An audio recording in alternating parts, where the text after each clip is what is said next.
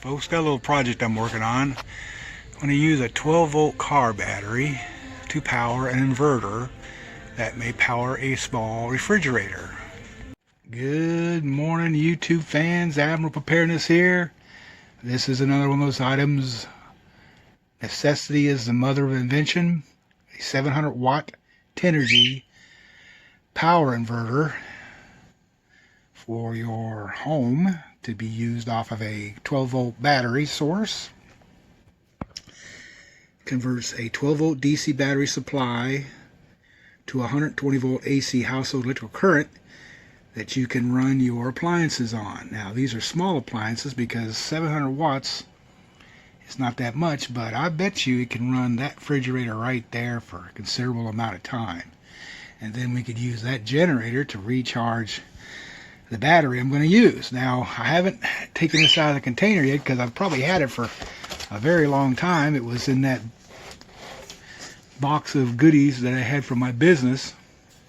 So I'm going to go do a... TENERGY is a pretty good company. I've dealt with them before. They make great batteries for the radio control business, and they make great batteries for other things. So let's go take a look at the data here. Quick reference guide. This is the average wattage, and then with the device we have, it could power all of these things here: a digital camera, cell phone charger, portable DVD player, which pretty much have gone by the wayside, so it's a pretty old device. A boom box. Well, I haven't seen one of those in about 20 years, so I don't think it's that old. But laptop computer, a 13-inch TV, electric cooler. I don't know what that is. That must be an air conditioner, I think.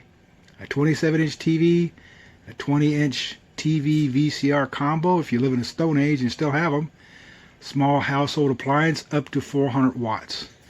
A kitchen appliance up to 700, and power tools up to 700. Now this one does them all. This is the 712 series. It comes with your thick battery cables. It has a side post terminals, has a fan. It is,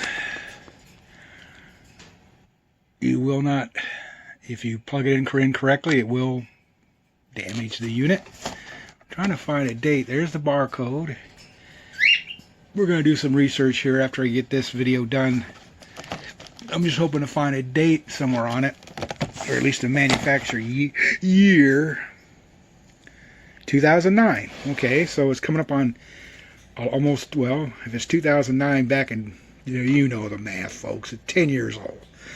So we're going to try to see how long we can power a refrigerator on one of these devices. Oh, that was our house guests.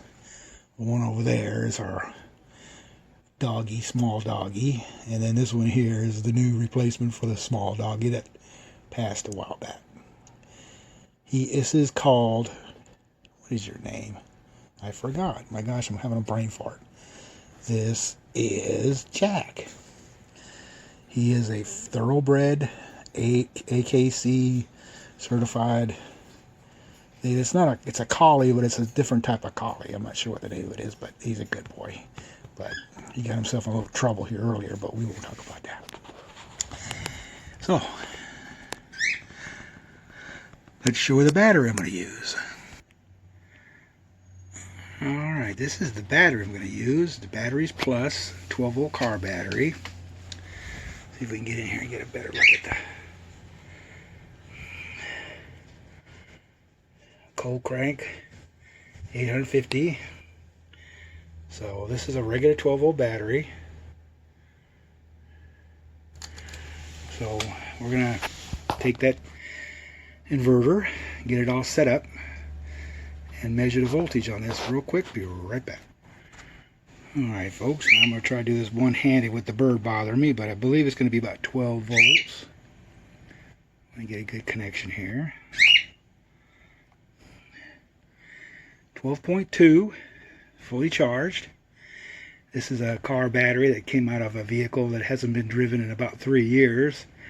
The battery was completely dead, and I put it on a battery conditioner, and it may not have the cranking amps, but it should be able to power an inverter, and it should be able to power a refrigerator. We're going to find out here in just a few moments, folks. Alright folks, we got 12.04 frequency coming out of 120. The green light's lit. It's a quiet inverter until the fan comes on. So let's see what the load can be put on it. Alright folks, we got 11.79. Light is green. Refrigerator's running. We'll see how long it takes. We'll get a stopwatch and start the stopwatch.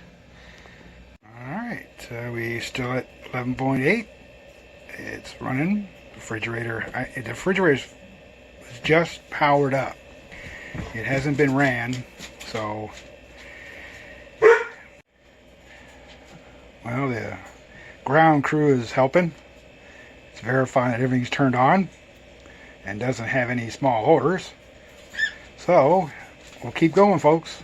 Alright folks, we're at 11.56. I've got my heat gun. We're going to check the temperature. Everything seems to be working.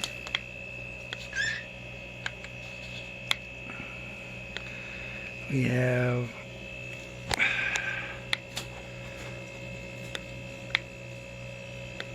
remember, this refrigerator has not been turned on, so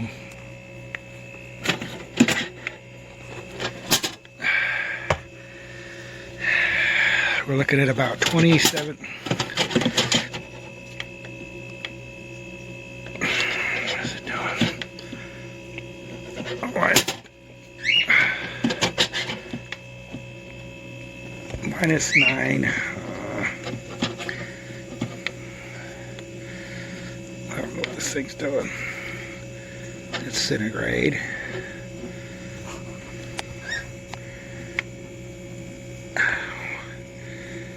What is this thing?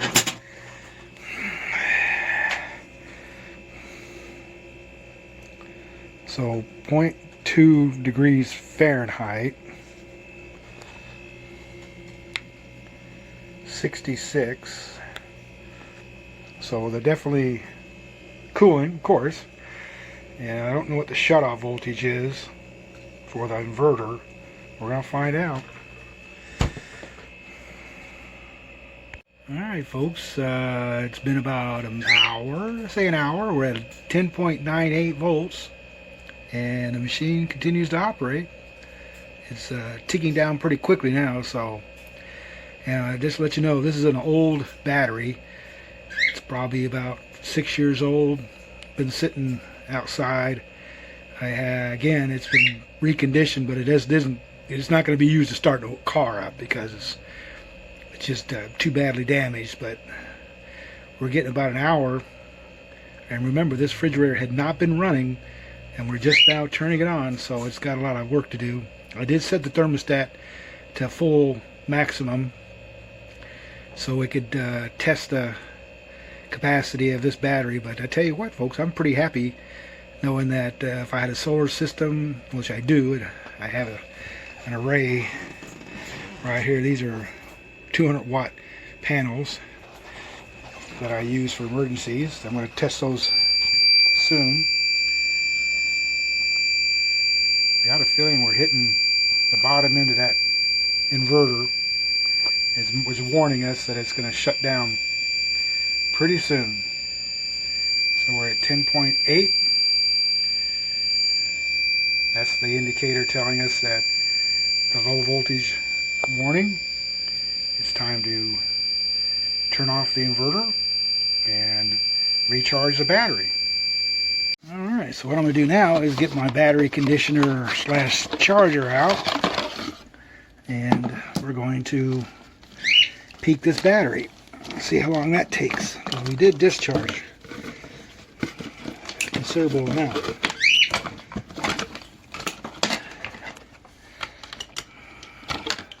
Remember, black is negative.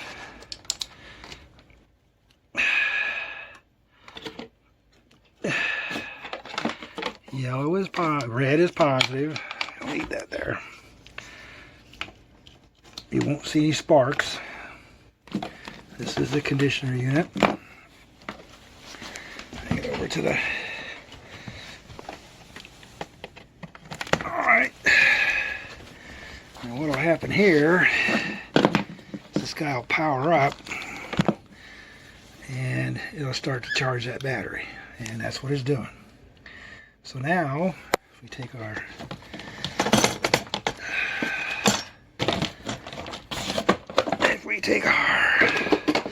test leads and put them on the battery,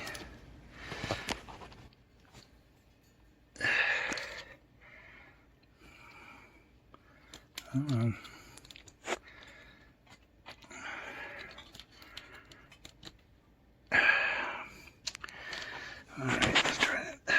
When it's not working.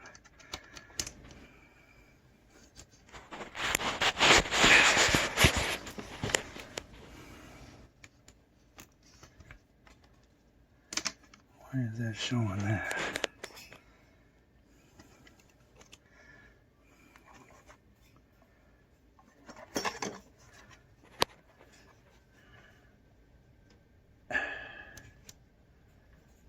At 11.87, so it's taking a charge.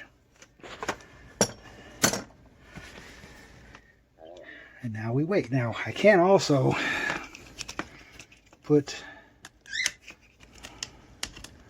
That's what I wanted to do earlier. Was I bought these? Where'd they go?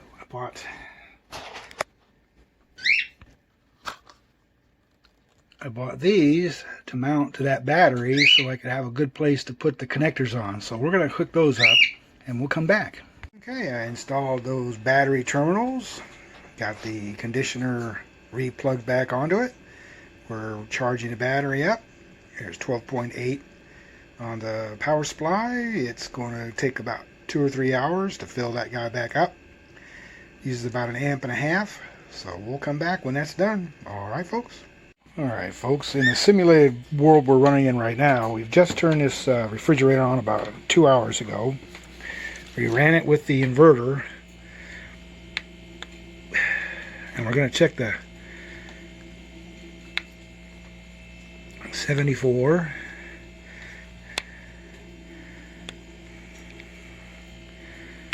43, 65. It's going to take about 10 hours to bring this refrigerator down to a decent temperature, but for this experiment, we're simulating the fact that you've had an emergency, you've got these items at hand, you've stocked your refrigerator up with things that came from a refrigerator, or you're just now filling it to be able to